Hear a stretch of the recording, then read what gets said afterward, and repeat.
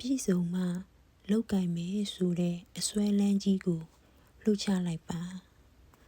မင်္ဂလာပါရှင်ပြည်စုံရမယ်ဆိုတဲ့အစွဲလန်းတွေကိုလှုပ်ချလိုက်ခြင်းကစိတ်သက်သာရာရစေတဲ့အကောင်းဆုံးနည်းလမ်းတစ်ခုပါတစ်ခုခုကိုကြိုးစားတဲ့အခါပုံစံခွက်ထဲကအတိုင်းအတိအကျမဖြစ်လာတာအမှားအယွင်းလေးတွေရှိသွားတာဟာ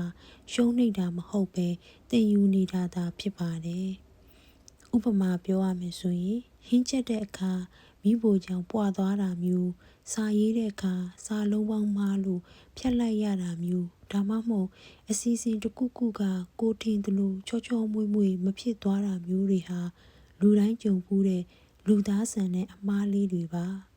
အဓိကအချက်ကအပြစ်အနာစာမရှိဖို့ထက်မနေ့ကထက်ဒီနေ့တလန်းချင်းစီရှေ့တိုးနေဖို့ကပိုရေးကြီးပါတယ်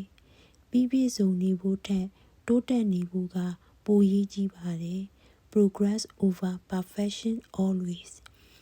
အရာရာကိုအပြည့်စုံကြီးဖြစ်အောင်ကြိုးစားရင်စိတ်ပင်ပန်းနေမယ့်အစားအမားလေးတွေကိုလက်ခံပြီးသင်ယူရင်းရှေ့ဆက်လိုက်ပါသင်သွားနေတဲ့လမ်းကြောင်းမှန်နေဖို့လိုပါတယ်ကျေးဇူးတင်ပါတယ်